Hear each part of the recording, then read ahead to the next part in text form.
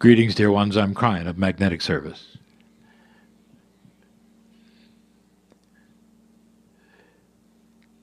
Some of you feel that God and the source are removed. That God is in the sky and you sit on the ground. And so the separation itself stands in the way of the kind of meld that some of you seek. The one that would have you walk the hills and the valleys holding hands with the creative source. And to add to the issue, some of you have been taught all your life that you cannot achieve that kind of meld and that it's not within your power. And you come and you sit here, or you'll walk the paths, and there's a little voice, perhaps the one that emanates from the ground of the trees or the water, that says, do it anyway. Do it anyway. The voice of God is smaller than you think. It's because you have free choice, dear ones. And the idea that you might awaken to a grander print of consciousness has to be your idea. And you have to glean it from the evidence around you and not from other sources. And I may sit here and I may introduce it to you, but I cannot put it in your lap. You have to do that. I can tell you that the source of your issues as you sit here is eminent if you reach out and touch it. But I can't put it in your lap. And I want to. I want to. I would like to describe so completely the shift that is upon you at the moment. New realizations and awakenings, should you choose to put out your hand. And in all intent and being fair, the best faith that you could have in what you can't see and what you don't know, that you would say, show me. It's what I want, dear Spirit, is to be with you. And that, my friend, is the catalyst for the consciousness shift that is available to you. Let me tell you something I've never said before. You don't have to be spiritual to have God in your life. How about that? But a human being with God in their life, and that is to say, the one who then absorbs the core information and applies it to themselves, is the one who is successful with other humans. The one who is peaceful with other humans. The ones who's not afraid of what's going on in their body. Someone here needs to hear that. You know who you are. You realize, don't you, dear one? You know who I'm talking about. You're not going to get your healing until you stop your fear. You knew that, didn't you? As long as you're going to fear it, you put a brick wall right there. Nothing's going to happen. So here you are with information. I'm saying that the core of you is the core. It's not some spiritual idea. It doesn't belong to the New Age. It belongs to humanity. And you're all searching for the same thing. You can sit in that sweet spot and feel it. This is a good place for that. If you're going to take a hike, if you're going to climb the mountain, if you're just going to walk around just a little bit, I challenge you. This is a good place. You sit in a node of the planet where the time capsules exist, ready to pour out this to the human being who wants it to be poured to them. But you gotta want it.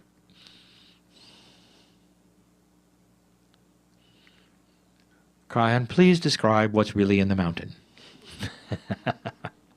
I hear it. I hear it. I can't, because you wouldn't understand it.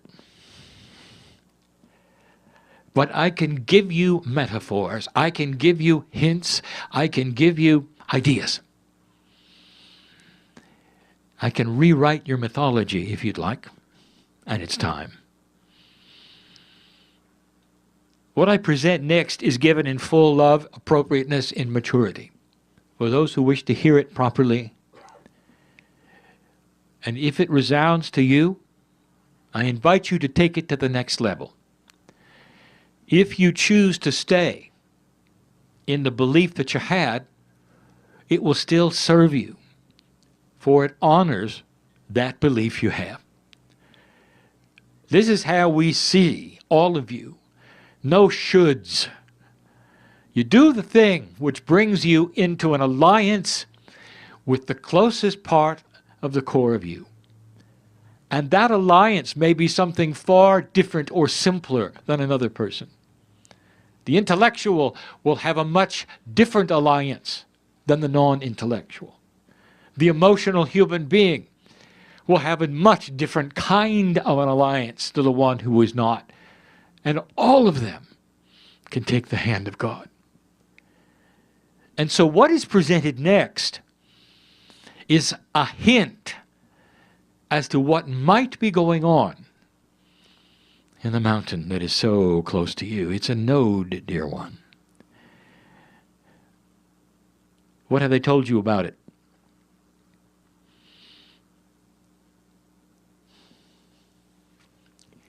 Aurelia Jones is here. And some of you will know who she is and some will not. For she wraps her arms around the area and she celebrates the fact that you have come to her mountain. And early when she came, dear ones, the mountain spoke to her. And it gave her images and information. And it did so in a way that she could understand it as a human being who walked around in 3D.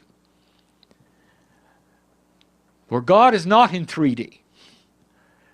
And so the things that had to be given to her were given in a framework that she could understand. And she met Adana, who was the head Lemurian of the city in the mountain. And all of the information that she received, literally, was about the time capsule that would eventually, literally, come apart as it disseminated the energy and the information that it contains along with its partner. A node has a partner which is called a null, and we're not going to give it to you yet. But let me talk about the one that faces you now. In order for me to describe what actually might be there, I have to take you on a metaphoric journey for your appreciation. And so I will. What I'm going to do is in partnership with the consciousness of the one I'm channeling. I know what he knows. And in these moments, he sees what I do. Pretend for a moment you are going up the mountain and you choose to have a Skype session with someone in Sacramento. Now that is doable because the internet is available through satellite. If you have a satellite receiver and a battery-powered computer, you can Skype. anywhere on the planet. And so you choose to talk to a man who is in Sacramento, and you open your computer and you begin the conversation. And there you are on the mountain. The screen is there pressed against the rocks. Keep it out of the sun so you can see it. And you're having a real-time discussion about the energy and perhaps the geology. And along comes a 1,000-year-old elder from a time machine. And he looks at what you're doing. And he falls to his knees. And he says, "You're talking to the man in the mountain." And you say, "No, that is not so. I'm Skyping." And he says, "No matter what you say, my eyes show me one thing. My senses tell me one thing. There's a man in the mountain talking to you and you're talking back." He bows his head, goes into ceremony. What would you say next? Do you understand the levels of physics that you would have to walk him through in order to get him to understand Skype? There is no electricity where he comes from. That's a beginning. Understanding the whole scenario of power. And then what about the digital age? What about computers?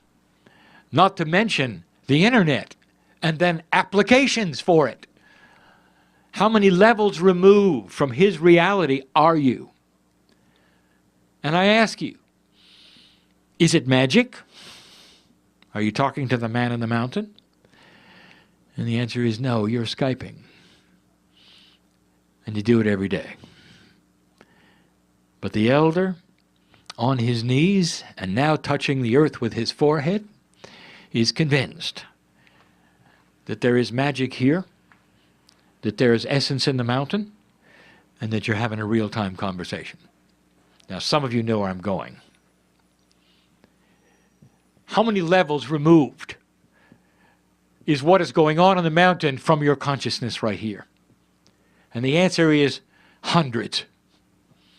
I cannot explain to you in a terminology you will understand what is there, but I can tell you that you're Skyping with Lemurians. And they're not in Sacramento. Let me give you the definition of Lemurians. They represent the core consciousness of the creative source, which is the seven sisters, which is the Pleiadians. And when the Lemurians put this together in a quantum state, they entangled themselves with the seven sisters. And what is going on in the mountain is in real time. We call it a time capsule. But you didn't ask what time. It's now. And the capsules are containing what is available now.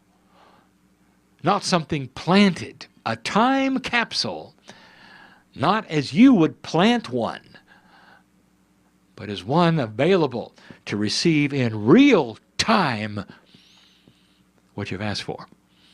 And out starts coming wisdom, concepts, invention, spiritual maturity, all available.